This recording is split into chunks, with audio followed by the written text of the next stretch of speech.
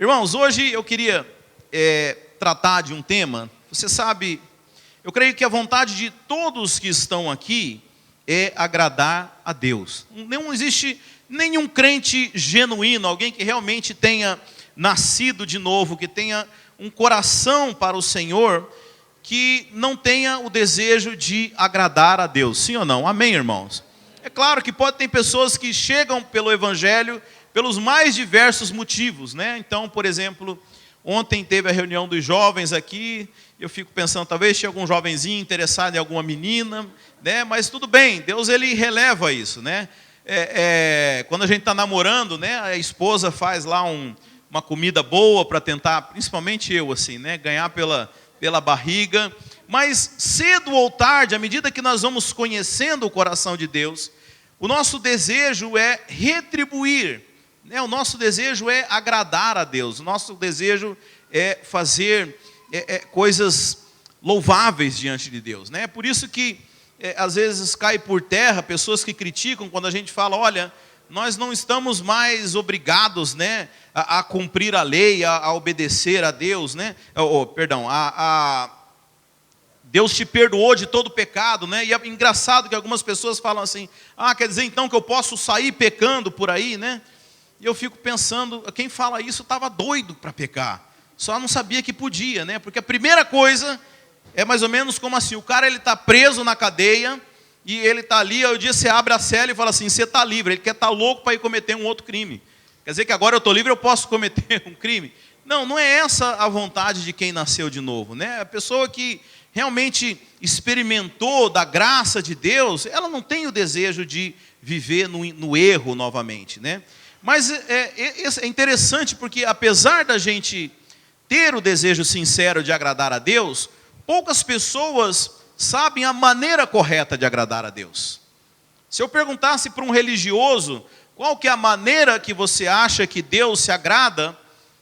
Invariavelmente, irmãos, ele ia falar, olha, Deus vai se agradar da minha obediência, né? Então, tem pessoas que passam a vida inteira tentando agradar a Deus através de uma vida de retidão. Irmãos, o que não é errado, mas deixa eu dizer para você, esse é o tipo de obediência, é o tipo de coisa que não chama a atenção de Deus, né? Eu me lembro, eu vim aqui fazer um trabalho durante a semana com os irmãos, né? A gente está terminando aqui não vai ficar assim não, tá, irmãos? Vai pintar.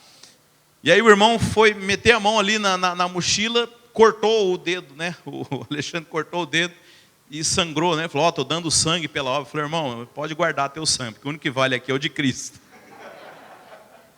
Tipo assim, eu sei que às vezes a gente quer fazer coisas para agradar a Deus, mas não tem como, porque o sangue é esse tipo de coisa. A gente fala, eu paguei o preço por essa obra. Não, pode pegar o dinheiro de volta, meu amigo, porque o que a gente tem para oferecer não é suficiente, aliás, não é nem de longe suficiente, né? Mas invariavelmente as pessoas tentam agradar a Deus e elas acham que Deus vai se agradar através da obediência delas.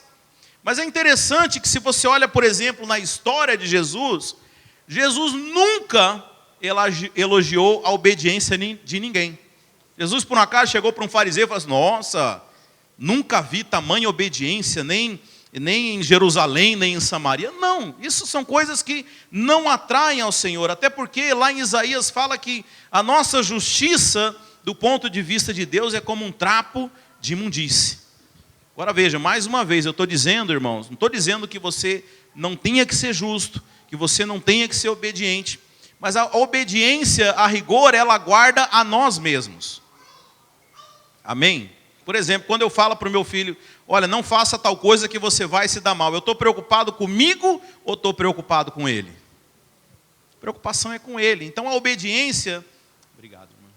A obediência, ela guarda a nossa vida, mas a obediência nossa não é algo que chama a atenção de Deus. E eu quero mostrar para você na palavra de Deus, para que você faça isso da forma correta. Então, como eu falei, Jesus, ele nunca elogiou a obediência de ninguém, mas tem dois momentos em que você vai ver Jesus elogiando alguém. Lucas 7 é a segunda referência aí no link. Lucas 7 conta uma história, diz assim, tendo terminado de dizer tudo isso ao povo, Jesus entrou em Cafarnaum. Ali estava doente, quase à morte, o servo de um centurião, a quem o seu senhor estimava muito. Ele ouviu falar de Jesus e enviou-lhe alguns líderes religiosos dos judeus, pedindo-lhe que fosse curar o teu servo. Chegando-se a Jesus, suplicaram-lhe com insistência: este homem merece que lhes faça isso, porque ama a nossa nação e construiu a nossa sinagoga.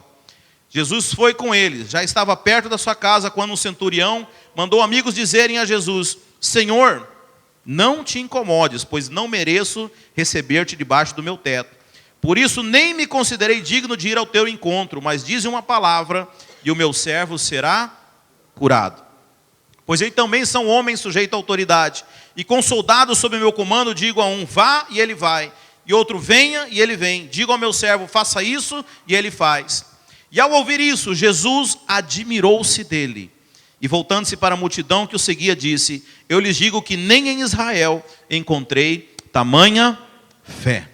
Então Jesus ficou impressionado com a fé desse homem. Agora tem uma outra passagem que Jesus elogia também. Mateus 15, 21 diz assim: saindo daquele lugar, Jesus retirou-se para a região de Tiro e de Sidom. Uma mulher cananeia, natural dali, veio a ele gritando: Senhor, filho de Davi, tem misericórdia de mim, minha filha está endemoniada e está sofrendo muito. Mas Jesus não lhe respondeu uma palavra. Então os seus discípulos se aproximaram dele e pediram: manda embora, pois vem gritando atrás de nós. E ele respondeu: eu fui enviado apenas às ovelhas perdidas de Israel. A mulher veio, adorou-o de joelhos e disse: Senhor, ajuda-me. E ele respondeu: não é certo tirar o pão dos filhos e lançá-lo aos cachorrinhos. Disse ela, porém: sim, Senhor, mas até os cachorrinhos comem das migalhas que caem da mesa dos seus donos. E Jesus respondeu: mulher, grande é a sua fé. Seja conforme você deseja.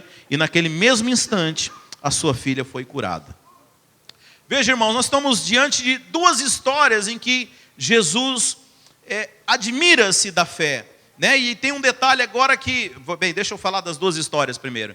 Então, a primeira nós temos de uma autoridade, de um centurião, né? Obviamente que é centurião romano, porque ele fala assim... Ele nem se achega a Jesus, ele manda as autoridades, né, os judeus falarem com Jesus, para que... E esses judeus falam: olha, apesar dele não ser do nosso povo, ele tem sido benevolente, ele ajudou a construir a sinagoga, né? E aí Jesus fala: tá bom, eu vou lá na casa dele. E ele fala: não, Senhor, não precisa ir na minha casa. Eu sou autoridade, eu sei como funciona. Eu mando para o meu servo fazer e ele faz. Basta que o Senhor dê uma palavra e o meu servo estará curado. E Jesus se admirou com isso. A outra é uma mulher cananeia. Também ela não é do povo, né? Não é judia, ela é cananeia, ela é uma gentia. E ela também vem suplicar pela sua filha. Os discípulos falam: essa mulher está incomodando. Jesus mesmo fala: olha, eu não vim para vocês, eu vim para os da casa de Israel. E ela fala: olha, mas mesmo os cachorrinhos comem das migalhas. Jesus admirou-se da fé dela e fez aquilo que ela pediu. Então, irmãos, eu quero dizer que desde sempre aquilo que atrai a admiração do Senhor não são as obras, mas é a nossa fé. Agora, tem um detalhe aqui nessas duas histórias. Essas duas pessoas, as únicas pessoas que Jesus elogiou a fé, elas não tinham obra nenhuma. Eu vou te provar o porquê. Porque tanto o centurião, ele não era judeu, ele não tinha lei para guardar. O centurião era romano. Os irmãos estão aí? Amém? Estão quietos?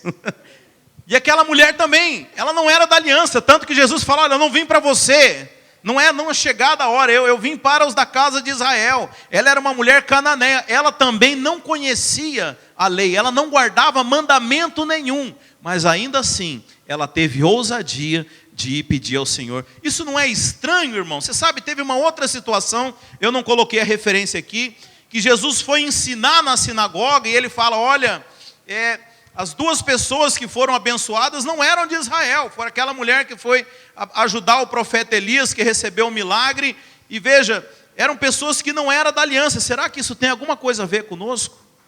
Pessoas que Jesus elogiou, não eram pessoas que estavam guardando a lei, não eram pessoas que estavam tentando merecer a bênção do Senhor, mas foram pura e simplesmente confiadas na sua fé. Amém? Então vamos ler agora então o texto principal de hoje, que é Gálatas 3, no verso 6, ok? Então diz assim: considerem o exemplo de Abraão. Abraão, ele creu em Deus e isso lhe foi creditado como justiça. Se você for olhar lá depois, Gênesis 15 no verso 6, aliás, Gênesis 15, a Bíblia fala que Deus aparece para Abraão, chama Abraão, fala: Abraão, sai para fora da sua tenda, olha para as estrelas do céu, e eu quero dizer que tão numerosa quanto as estrelas do céu vai ser a tua descendência. Olha a areia do mar, se você puder contá-la, eu quero dizer que vai ser desse tamanho a sua descendência. A Bíblia fala que Abraão creu. Amém? Abraão creu naquilo que Deus falou. Irmãos, quão coisa maravilhosa é nós acreditarmos naquilo que Deus fala para nós. Então, quando Abraão creu, a Bíblia fala que naquele momento Deus considerou Abraão como um justo, ou seja, ele foi justificado apenas pela fé dele. Amém? Fala assim: nós somos justificados apenas pela nossa fé. Irmão, se você entendeu o que é isso, eu garanto que você nunca mais vai duvidar de nada. A Bíblia fala então, depois vai ratificar lá em Romanos 4, da mesma forma como Abraão creu, e ele se tornou um justo, assim também, quando nós cremos, Deus fala assim: olha, por causa da sua fé, você vai ser justificado, você vai se tornar um justo. Mas vamos lá, no verso 7, estejam certos, portanto, de que os que são da fé, fala assim: sou eu. Vou dar a chance. Os que são da fé, aê, estes é que são os filhos de Abraão. Você sabe, lá no Brasil tem uma mania judaizante, né? Os caras querem virar judeu, né? Aí fica pastor com aquela estola sacerdotal, usando quipá e fazendo isso, e bandeira de Israel, aí vai cantar o louvor, quer tocar shofar. Irmãos, não tenta ser judeu não, porque a Bíblia fala que judeu não é mais aquele que é circuncidado na carne, mas o que é circuncidado no coração. Nós somos descendências de Abraão pela fé, nós somos uma nova uma nova genealogia que é espiritual. Então aqui fala que os que são da fé, estes é que são filhos de Abraão. Amém? O dia que você encontrar com um judeu e ele falar: eu sou filho de Abraão, fala: não, eu é que sou filho de Abraão. Aliás, Paulo faz uma brincadeira lá em Colossenses, que ele fala que Abraão teve 2 filhos, um com a escrava Agar e outro com Sara, né? E era esse o argumento dos judeus. Eles falavam: nós também somos filhos de Abraão. Mas vocês são filhos da escrava, vocês são filhos da lei, nós somos filhos da livre, nós somos filhos da graça. Então veja, nós somos filhos de Abraão por causa da nossa fé. Então 8, prevendo a Escritura que Deus justificaria pela fé os gentios, olha nós aqui, anunciou primeiro as boas novas a Abraão, entre aspas, por meio de você todas as nações serão abençoadas. Essa era a promessa. Assim, os que são da fé, sou eu. Assim, os que são da fé são abençoados juntamente com Abraão, homem de fé. Aleluia! Então você é abençoado da mesma forma que Abraão. 10. Já os que são pela prática da lei, faz assim: não sou eu. Os que são pela prática da lei estão debaixo de maldição, pois está escrito: maldito todo aquele que não persiste em praticar todas as coisas escritas no livro da lei. Está em Deuteronômio 27 e 26. Tiago 2,10 também fala que se você for encontrado em um único erro da lei, você é réu de toda ela. Então quem está debaixo da lei está debaixo de maldição, porque a Bíblia fala que homem nenhum deu conta de cumprir a lei. Não é o tanto que você consegue cumprir, mas se você falhar em um único ponto, Tiago 2,10 fala que você é réu de toda ela. Então veja, todos aqueles que estão debaixo da lei, os irmãos entendem o que é lei? Eu vou explicar aqui, né? É importante eu falar isso. Irmãos, quando eu falo lei, eu estou dizendo daquilo que está lá em Deuteronômios 27 e 28. O que é isso? Deus ele fez uma aliança com o seu povo ali no Monte Sinai. Ele fala o seguinte: olha, se atentamente ouvires a voz do seu Deus, né? E não se desviarem nem para a direita nem para a esquerda, e cumprirem tudo que eu vos falar, então, e somente então, sereis, né, abençoados na entrada, sereis abençoados na saída, tudo que fizer prosperará e etc. Então, veja, Deus faz uma aliança que nós chamamos de favor merecido, ou seja, Favor merecido é o quê? Tudo que você se relaciona baseado no seu merecimento. Eu obedeço e eu recebo de Deus. Tá? Essa foi a aliança. Né? E alguns falam, são só os 10 mandamentos. Mas não são 10 mandamentos. Os 10 mandamentos que Moisés recebe no Monte Sinai, eles são um resumo da lei do Senhor.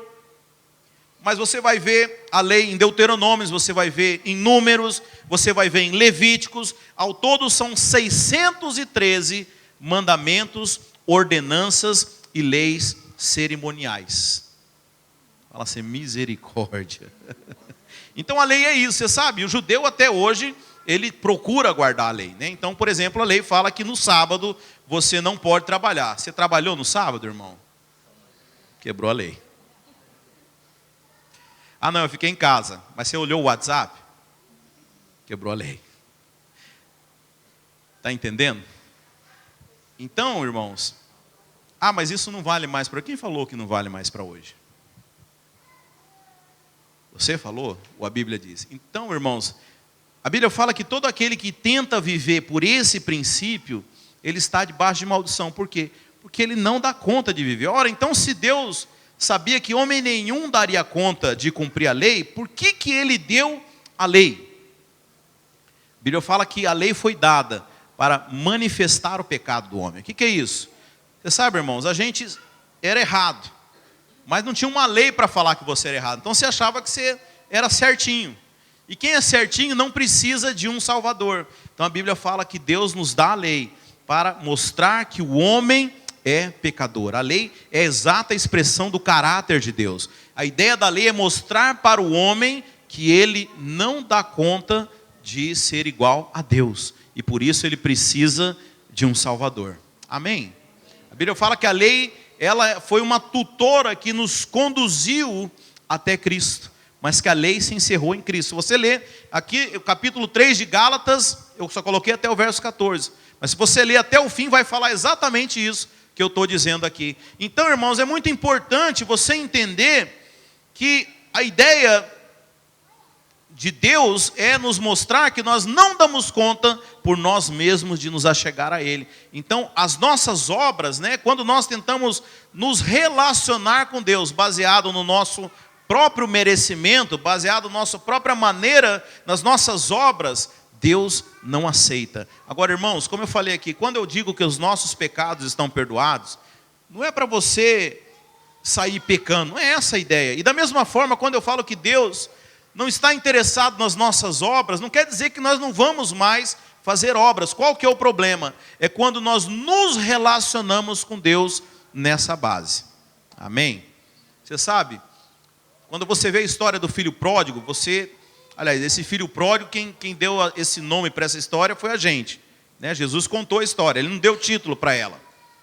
E quando você olha essa história, e depois você entende, Jesus não está nem falando desse filho pródigo, Deus está falando do outro filho. Porque Jesus está falando com os fariseus, essa história. Né? Quem conhece a história do filho pródigo? Eram 2 filhos, um fica doido lá e fala, olha pai, dá logo minha herança aí que eu quero vazar. E a Bíblia fala que o pai repartiu herança entre os 2 filhos. Um foi embora, gastou tudo, se arrependeu, ficou na míngua, passou fome e voltou para casa. Aí o filho que ficou na casa, ficou emburrado. Fez beicinho. O que é isso? Agora você recebe, ele gastou toda a herança dele e tal. Eu estou aqui trabalhando para você há tantos anos, você nunca me deu nada e agora... Né? Então veja, mas Jesus está contando para os fariseus essa história. E deixa eu dizer, o fariseu não é o pródigo, o fariseu é o filho que ficou na casa. É o filho emburrado. Porque Jesus veio para buscar a ovelha perdida de Israel. Ou seja, Jesus veio buscar o filho pródigo, sim ou não? O filho pródigo está resolvido, chegou em casa, tudo de novo, né? Ar-condicionado, televisão, cama king size, o papai, tudo tranquilo. Qual que é o problema ali da história? Não é o filho pródigo, é o filho que ficou na casa que emburra. Esse é o fariseu, que não aceitava que Jesus pregasse o evangelho para a prostituta, não aceitava que pregasse para o publicano. Ele era o filho que fazia beicinho. Então veja, qual que era o problema? Aquele filho, apesar de filho, ele se relacionava com o pai, o que ficou na casa. Se relacionava como um funcionário do pai.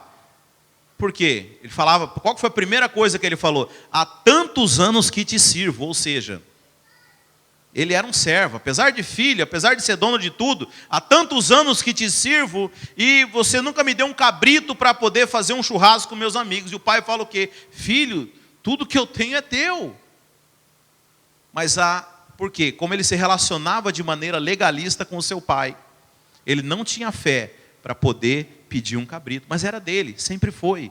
Os irmãos estão entendendo? Então o problema não é você fazer obra, irmãos.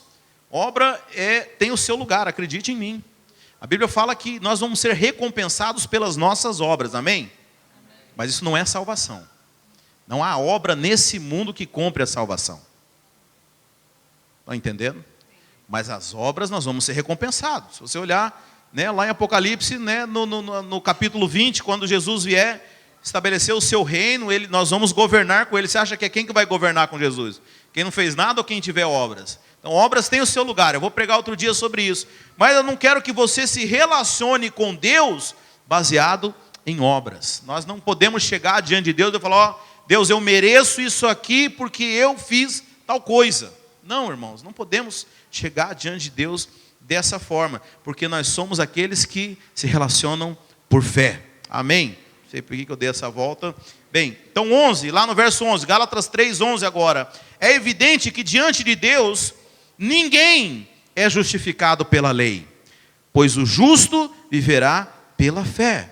Então, ou seja, se você tenta se justificar, se você tenta se relacionar com Deus, baseado nas obras, baseado no seu comportamento, baseado naquilo que você acha que tem de qualidade, a Bíblia fala que ninguém é justificado diante de Deus baseado na lei. 12, a lei não é baseada na fé. Pelo contrário, quem praticar essas coisas, por elas viverá.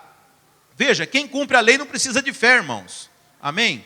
O pastor Aloysio contou um exemplo muito legal uns tempos atrás. Eu achei interessante. Ele tem, vamos supor, né? Eu sou um pai, eu tenho 2 filhos, né? E eu falo para o meu filho assim, olha, meu filho, eu vou trabalhar e quando eu voltar, eu vou trazer um chocolate para você. Ok. Eu saio, vou trabalhar. E aí, nesse tempo, meu filho, ele começa a não se comportar bem em casa. E aí a mãe dele fala assim, olha, se você não se comportar bem, você não vai ganhar o chocolate. Pergunto para você, foi isso que eu combinei com ele? Não, eu falei que quando eu voltasse, eu ia trazer o chocolate. E that's it. Né? Não combinei nada de comportamento. Mas ele começa a comportar mal e a mãe fala, olha, se você comportar mal, o papai não vai trazer chocolate. Né? Mas vamos supor também que ele comece a se comportar bem. E ele fala assim, não, meu pai vai trazer o chocolate, porque eu fiz tudo direitinho. Ele precisa de alguma fé? Ele se comportou bem na cabeça dele, né? Eu me comportei bem, mas na minha cabeça que prometi, não tem nada a ver com o que ele faz, Eu prometi, a Bíblia fala, fiel é aquele que prometeu. Ok? Então veja, agora eu pergunto, vamos supor que ele fez tudo errado, que ele não se comportou bem, né? Que ele não mereceu. Pergunta, ele precisa de fé para acreditar que ele vai receber o chocolate? Ainda que ele não se comportou bem? Sim. Porque ele fala, nossa, eu não mereço, mas meu pai prometeu que eu vou receber o chocolate.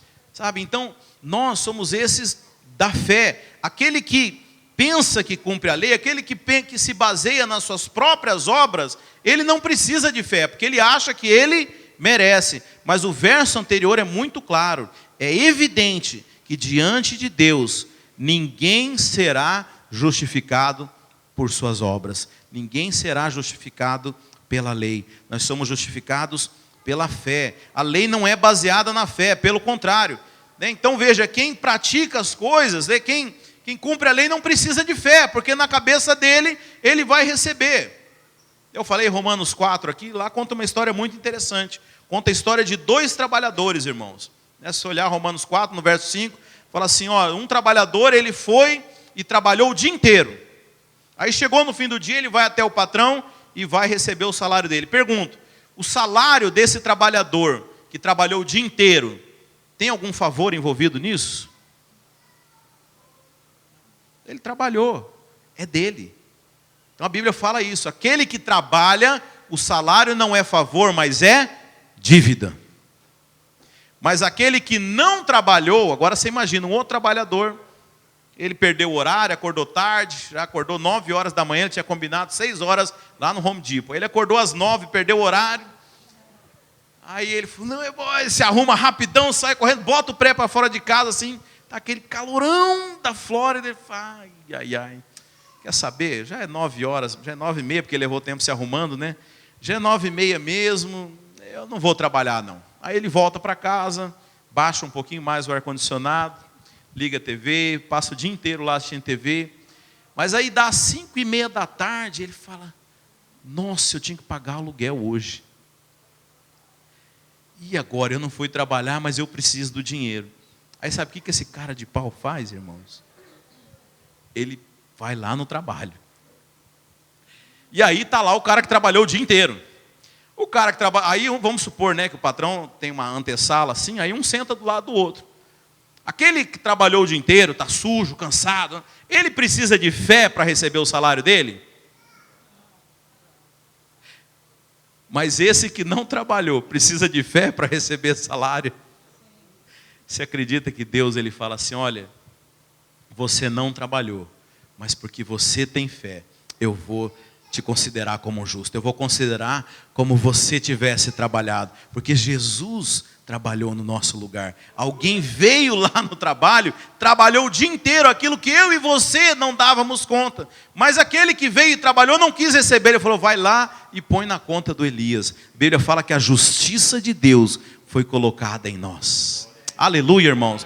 Mas é pela fé. Amém? Então aquele que cumpre a lei não precisa de fé, ele trabalhou, ele quer o salário. A Bíblia fala que não tem favor envolvido, o salário é uma dívida, mas aquele que não trabalhou e aparece para receber, você sabe, Deus se agrada com isso. Deus se agrada e fala, ok, como você tem fé, eu vou te pagar da mesma forma. Então esses são aqueles da fé. Então é evidente que diante de Deus, ninguém é justificado pela lei, porque o justo vive pela fé. A lei não é baseada na fé. A lei é aquele trabalhador que foi trabalhar. Pelo contrário, quem praticar essas coisas, por elas viverá.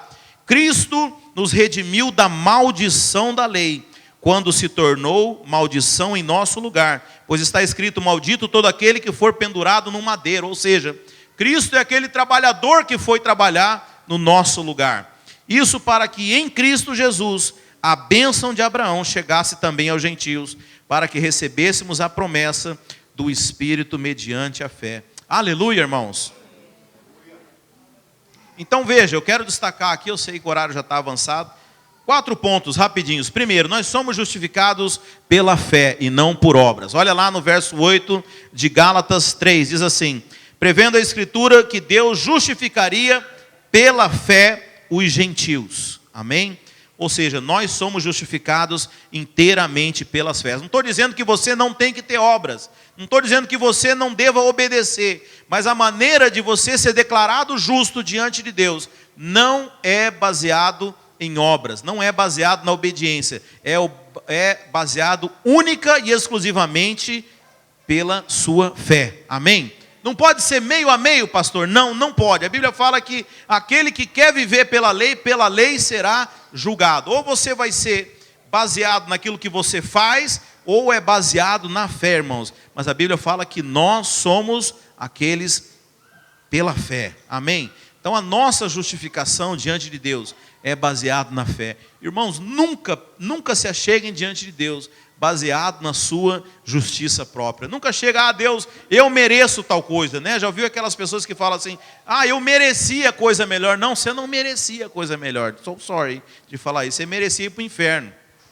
Mas Deus salvou você. Nós não merecíamos nada, irmãos. Tudo que nós recebemos é pela graça de Deus.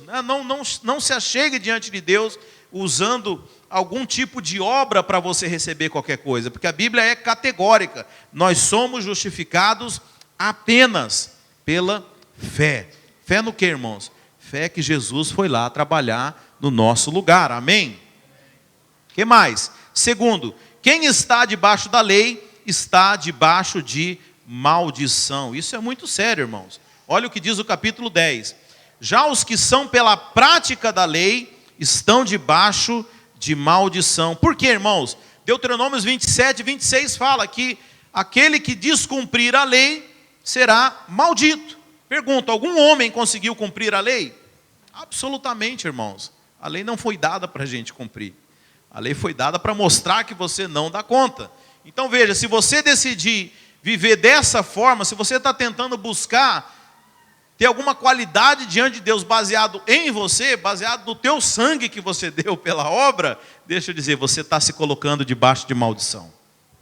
É a Bíblia que fala isso. Porque homem nenhum deu conta. Tiago 2,10 fala, você pode ter cumprido 612 ordenanças, mas se você falhou em uma, e acredite em mim, é muito fácil falhar mais do que em uma, você é réu de toda a lei. Então não procure esse caminho, irmãos, ninguém deu conta. Aliás, Jesus foi o único que fez isso, e Jesus oferece a justiça dele para nós, amém? A Bíblia fala que aquele que não conheceu o pecado, Deus o fez pecado por nós, para que nele nós fôssemos feitos justiça de Deus, amém?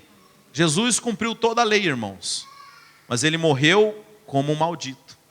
A Bíblia fala, maldito todo aquele que é pregado, pendurado no madeiro. Você sabe, irmãos, uma curiosidade aqui. Isso foi escrito aproximadamente 700 anos antes de Jesus ser crucificado. Só tinha um detalhe. Esse tipo de morte, né? Uma condenação à morte. Hoje, como que algum condenado à morte morre? Hoje tem cadeira elétrica, tem injeção letal. Mas como que o condenado à morte no povo judeu era morto, era executada a pena dele? Não era por cruz, era por apedrejamento. O judeu, né? Você olha lá em Levíticos, né? Da adúltera, do filho que desonrar. Engraçado, quem cumpre a lei nunca via apedrejando ninguém. Mas a lei manda, né? Pegar o feiticeiro, o filho que desonra o pai e matar por apedrejamento. Não existia, há 700 anos antes, quando isso foi escrito, não existia morte por cruz. Olha como a Bíblia é perfeita. Mas a Bíblia já tinha falado, maldito todo aquele que é pendurado no madeiro. E aí você sabe, lá 600 anos depois, Roma, né, assume ali, começa a dominar o povo judeu ali em Israel, e os romanos tinham esse método de execução, que era por crucificação. Então veja, as escrituras não têm falha alguma, irmãos. As escrituras já estavam profetizando a respeito de Jesus. Então veja, Jesus ele cumpriu a lei, mas ele morreu como um maldito. Isaías 56 fala assim, nós o reputávamos por aflito, ferido de Deus. As pessoas olhavam, o que esse homem fez, para ele merecer tamanho castigo de Deus? Mas a Bíblia fala, foi pelas suas pisaduras que nós fomos sarados, pelas nossas transgressões que ele foi ferido. O castigo que estava sobre ele nos traz a paz. Você tem noção do que é isso, irmãos? Ele era justo e inocente, mas ele morreu como um maldito. Mas aí da mesma forma, como isso é possível, irmãos? Não sei, Deus ele é Deus. De alguma forma Deus pegou todo o pecado da humanidade, não só o pecado que havia até o momento, mas todo o que haveria de existir ainda, porque você e eu não éramos nascidos.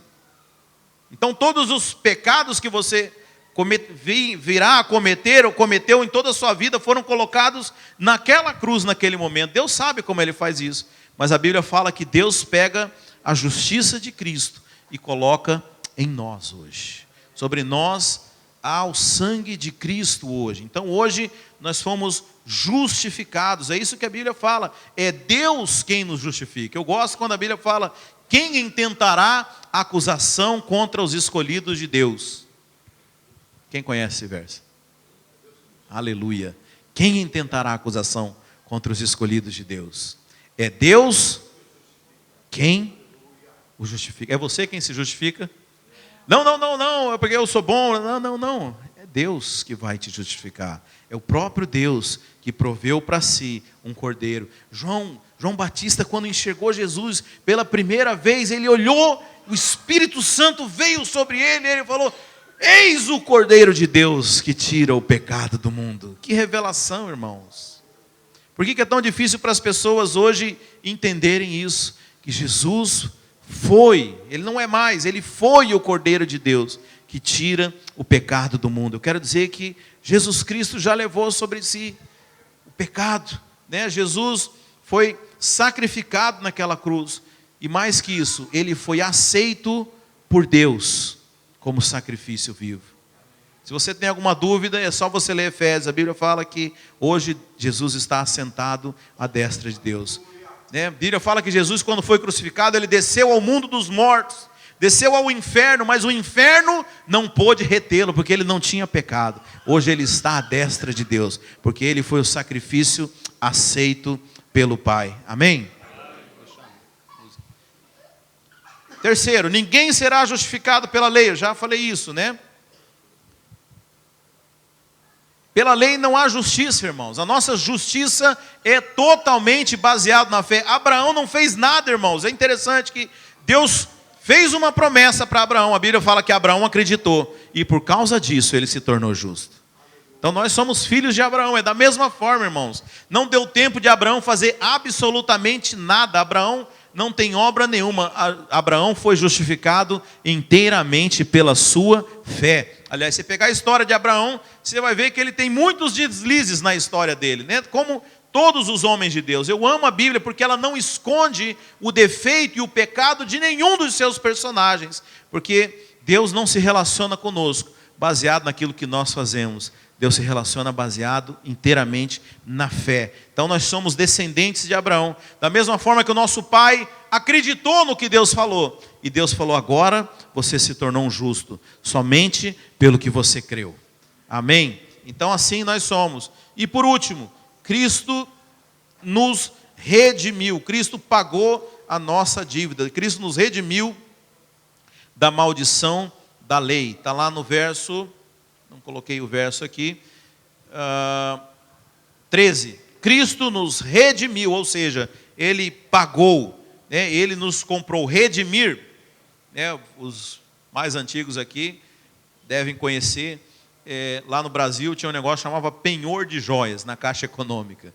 Você estava muito endividado, você ia lá pegar o empréstimo e você deixava as joias como garantia de pagamento. E aí depois, no prazo, você tinha que ir lá e redimir, ou seja, comprar de volta, né? Você oferecia o dinheiro, né, que foi emprestado e pegava de volta. Então a Bíblia fala que Cristo nos redimiu da maldição da lei. Quando Ele se tornou maldição em nosso lugar. Era para eu e você pagar essa dívida. Ele fala, não, eu vou lá e eu vou pagar essa dívida no seu lugar. Por isso hoje... nós não temos, né, isso, por que isso? Lá no 14, para que Cristo Jesus, em Cristo, a bênção de Abraão, chegasse também a nós, os gentios, para que recebêssemos a promessa do Espírito mediante a fé. Aleluia, glória a Deus. Somente aqueles que são da fé, coloque-se de pé então.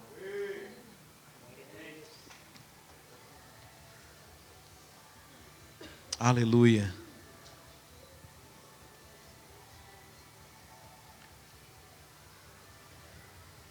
Eu sei, irmãos, que às vezes parecem coisas tão simples,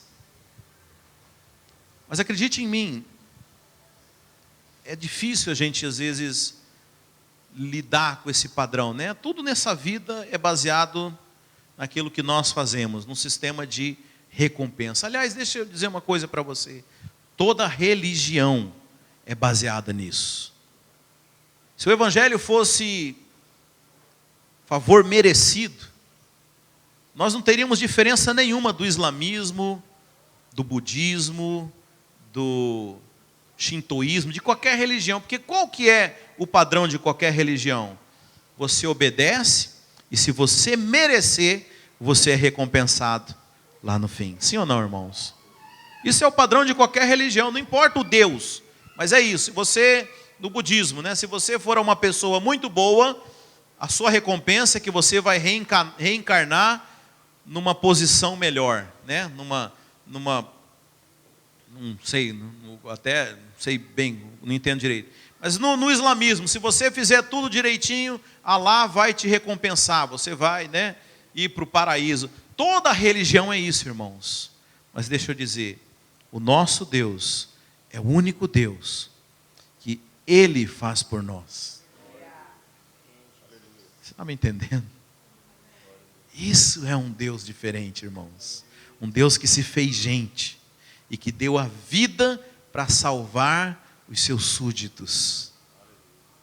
A Bíblia fala que desde agora não se viu um Deus que trabalha por aqueles que nele esperam. Sabe, esse é o nosso Deus. Não somos nós que servimos o nosso Deus, mas é o nosso Deus que veio servir a gente. A Bíblia fala que Jesus Cristo se humilhou até a morte de cruz, irmãos. É o Deus que veio servir.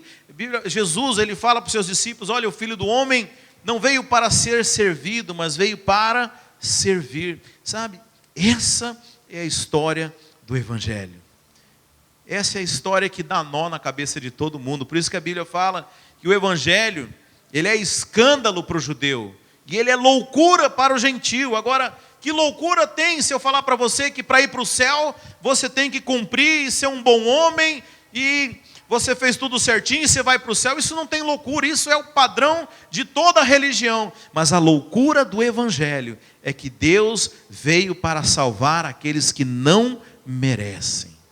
A Bíblia fala que Deus prova o seu amor para conosco, nos amando quando nós ainda éramos pecadores.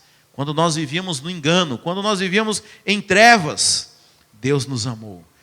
Essa é a maior prova de amor, irmãos. Amar quando a gente está aqui na igreja é bonitinho, é fácil. É fácil amar os irmãos. Os irmãos não têm problema, os irmãos são amáveis, os irmãos são cheirosos, né? Mas Deus, ele não ama a gente quando a gente está aqui só, não, irmãos. Deus nos amou quando você estava lá no mundo, quando nós éramos seus inimigos. Essa é a prova de amor. É engraçado que muita gente lê o Sermão do Monte. Jesus fala o quê? Amai os vossos inimigos. Será que Deus mesmo não ia fazer aquilo que Ele mandou fazer? Que hipocrisia, né? Deus manda a gente amar os inimigos, manda abençoar eles, né? E Ele mesmo não ia fazer. Deus mandou, porque Ele fez primeiro. Tudo que Deus manda você fazer, Ele já fez. Amém? Sabe, esse é o Deus que nós servimos. Mas faltou eu botar a cereja do bolo, irmãos. Segura aí. Eu falei de agradar a Deus. Eu quero ler então, ler para você Hebreus 11:6. Sem fé é impossível agradar a Deus, pois quem dele se aproxima precisa crer que ele existe e que recompensa aqueles que o buscam. Você sabe, muitos creem que Deus existe, amém? Mas poucos creem que Deus está lá no céu querendo te abençoar hoje. Só aqueles que entendem a graça, só aqueles que entendem que não tem nada a ver com Ele. Olha, Deus não me abençoa porque eu sou bom, Deus me abençoa porque Ele é bom. Então a fé que agrada a Deus não é apenas a fé que crê que Ele existe. Você sabe, tem ímpio que, agnóstico, ele não tem religião, mas ele crê que Deus existe. Pergunto, essa fé agrada a Deus? Não. A fé que agrada a Deus é a fé que agrada que Ele existe, mas que Ele está pronto para te abençoar, que Ele te amou de tal maneira, que Ele não apenas enviou o seu Filho, mas a Bíblia fala: acaso aquele que não poupou o próprio Filho, não vos dará juntamente com Ele todas as outras coisas? Essa é a fé que agrada a Deus, quando nós cremos e sabemos que Ele é bom, que Ele quer nos abençoar, que Ele está pronto para poder abençoar a sua vida. Essa é a fé que agrada a Deus. Amém, meus queridos? Glória a Deus. Feche os seus olhos.